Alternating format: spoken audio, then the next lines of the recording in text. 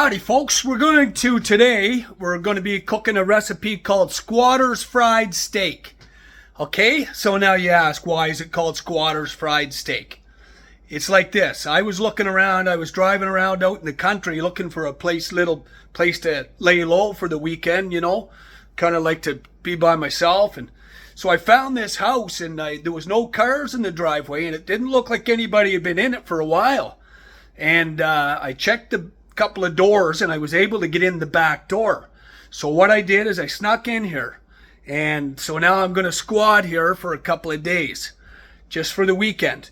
But one thing, if you're ever going to do this, folks, now you see this house needs a little bit of renovations. Okay, see some joint filling needs done, painting is started over there. So what I did, since I'm going to squat here for a day or two, is I filled the joints in. Some of the joints I did a little bit of work, and we're making Squatter's Fried Steak today. I'll show you what I got. I found this in the fridge, so I flipped this around and I found this, what's it called here, top sirloin grilling steak, boneless. Okay, I'll flip this around again. So what we're gonna do, I'm gonna use my other hand here. I'm gonna get this tore open. I'm going to just use one of their steaks. I don't want to use both because there's nothing worse than an unethical squatter.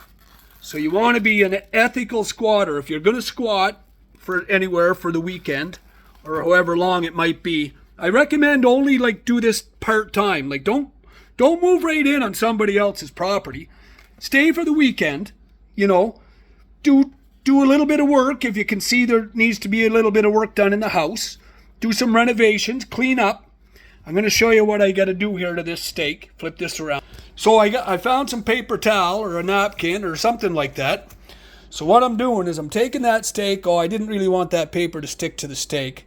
But what I'm doing is I'm just patting it down and getting the moisture out of it as much as I can. But I'm not going to go overboard, because it's just not working very good. But the thing is about doing this, folks, is you want to act fairly quickly. Now, what do I need? I'm going to find some salt. I think they might have some salt kicking around in here. Oh yeah, just look around in their cupboard. Find a little bit of salt. Sprinkle that salt. Ooh, not too much. Just make sure you get the entire steak covered. There you go, right? There you go. You want a bit of pepper? Look at that. I found some black pepper right on the back counter here too. And a little bit of pepper on there. Oh, not too thick, but it is too thick. That's okay though. It'll all come out in the wash. That'll be like a pepper fried steak. Okay, do that. Now take your steak, flip it over, slap her down there. Salt. Okay. Now get that salt on there, folks. Squatter's Fried Steak, we call this, if anybody's just tuning in part way through. And like I said, just this house I came upon out in the country here needed a little bit of work done. So I did a little bit of joint filling before I fired up this steak. And yeah, at least do something good. So now look at that. That's beautiful. Look, salt and pepper. Oh, yummy. Okay, so now you just find yourself a half-decent frying pan. This one's fairly heavy, right? It's good to knock out the homeowners if they come home too. So you just bash them on the side of the head and lay them out until you have your steak. Right on. Okay, I'm going to flip this around again. Okay, now you got to try to find some kind of cooking oil.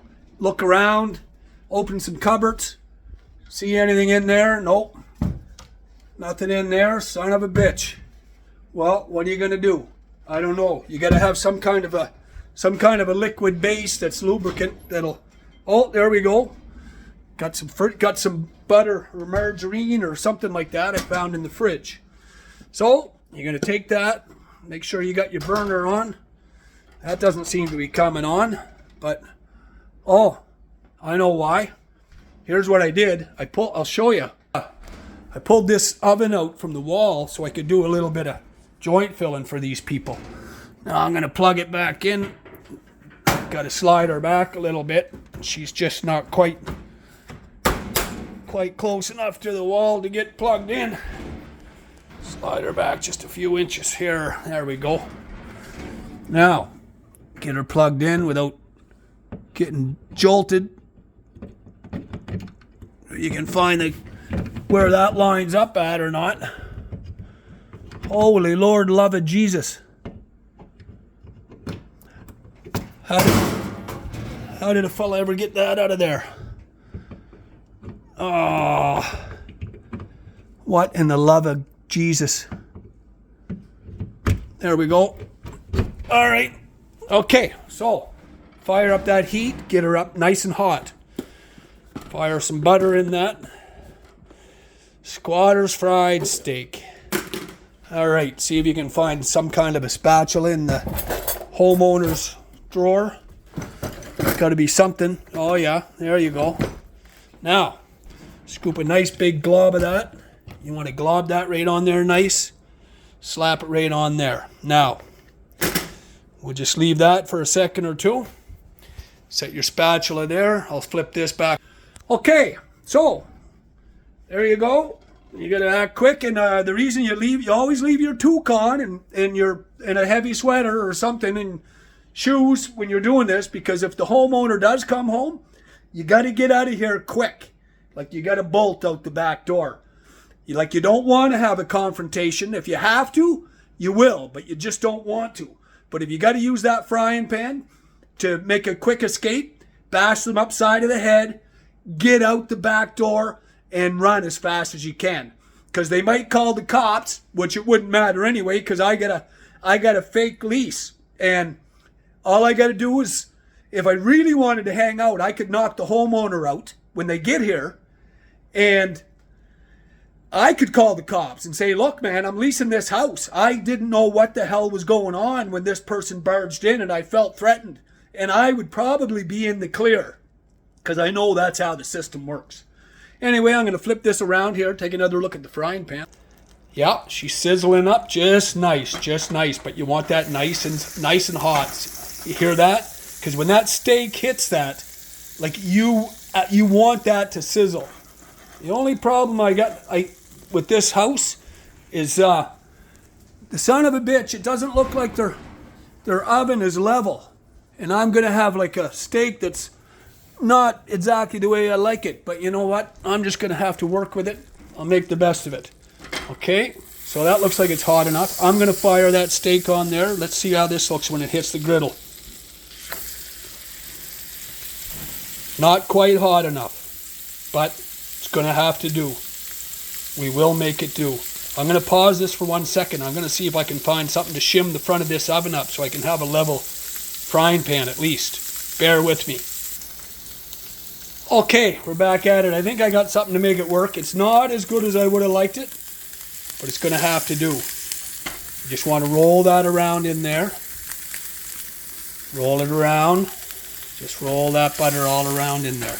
Now, I'm going to pause this one more time. I got to fix this. Okay, I got her as good as I can. I got her as level as I could. And now what you want to do is you want to take that, you want to throw a little more butter on this side, because you got to have that just right. You need that butter to soak in, right? You need that butter to soak in. There you go, right? Just like that. Yeah, just like that there. Now you want to take, what you want to do is you got to find yourself a spoon here somewhere, and you want to take this remnants here, and you just want to keep throwing that on top.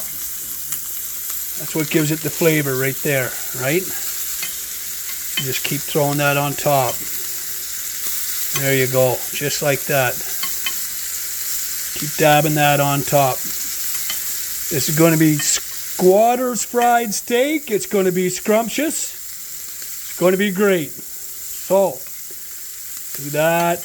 Now, see that? See that sizzling? That's just cooking. It's just going right into that. There you go, just like that. Just that nice brown stuff right there. Now, what you want to do, flip this one more time over to the other side. Just like that. Whoa, you got to be careful. That son of a bitch and stuff is pretty hot. Now you want to take that. We'll do the same thing on this side. Just that butter, it just caramelizes just nice on top of that. Just drop that on there. Just like that. Just like that. Now, I'm going to just keep this going. I'm going to pause this for a minute. This will be done in a matter of a minute or two, and I'm going to fire it on a plate, and I'm going to cut into it, and I'm going to show you just how scrumptious and fantastic Squatter's fried steak is. Especially when you're cooking it in someone else's house, on someone else's stove, and it's somebody else's steak. Okay, folks, so there you have it. The best fried steak somebody else's money can buy. Look at that. Medium rare. It's tender. It's succulent. And it was somebody else's fridge, somebody else's house, somebody else's stove, and somebody else's power. So, Squatter's fried steak. So anybody out there looking to squat for a day or two, like I said, always be decent. Do a little bit of work in the house. Clean the dishes. Cook up some food. Leaving $10 even to pay for the steak if you got $10 in your pocket. Anyway, that's all I got. Have a good weekend and happy squatting.